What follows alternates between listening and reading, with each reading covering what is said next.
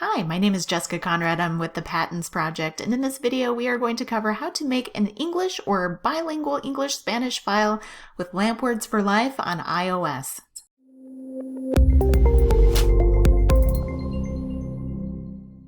One of the most common things that we see people do right out the gate is they get this and they open it up and they go straight into one of these locked files with the yellow locks.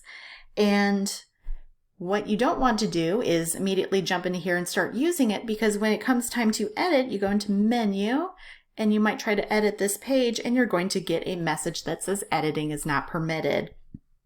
So let's get started the right way and make a copy of this file. So we're going to hit vocab in the top right corner, choose a new vocab, and get back to that screen that we were on before. Now we're going to make a copy of that file. So we're going to go to the opposite corner under Menu.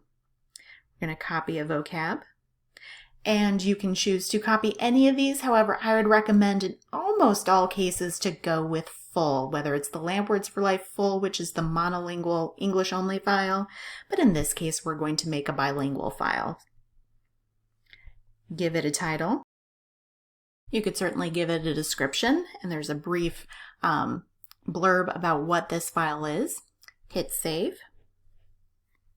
And it should have created a new green unlocked file for you with your name. At any point you want to delete this or edit this, you just place your finger on it, kind of slide, and it'll give you the option to rename or delete if needed. I'm going to tap on that green file. Now we have our file. If you were just creating an English only file, congratulations, you're ready to get started.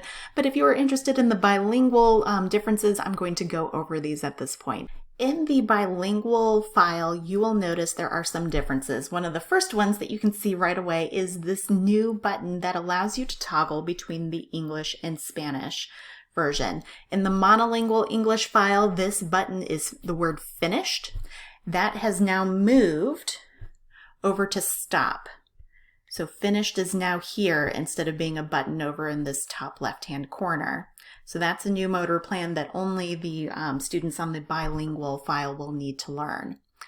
One of the other changes is because we have two different languages, there are times when we are going to have to learn very different motor plans to get to words that are different. So for example, if I wanted to talk about I like to eat an orange, it's in English, it's the same word, whether I mean the color or the fruit. It's always going to be here.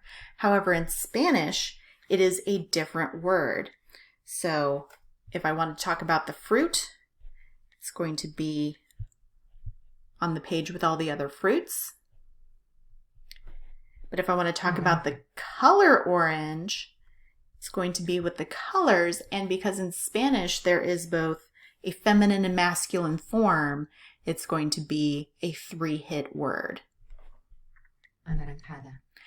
If at all possible, they try to keep it in the same area or as similar a motor plan as possible, but of course there's going to be differences to accommodate the differences in language. But your students have the ability to switch back and forth between the two file sets. You also have the ability to change the voice pack. So for example, if I go to Settings under Menu, under Speech, there are two different voices to choose from. So one is going to be the English voice and the secondary language voice is going to be your Spanish voice. And again, there's a variety of voices to choose from, different genders and ages, and play around with that and have your students figure out which voice sounds the best for them. There's certainly more to learn about this software, including customizing, editing, and supporting students with complex communication needs throughout their day. Patents Project is proud to support our Indiana public pre-K-12 schools with training, support, and a lending library at no cost. Please reach out to us at www.patentsproject.org. That's P-A-T-I-N-S project.org.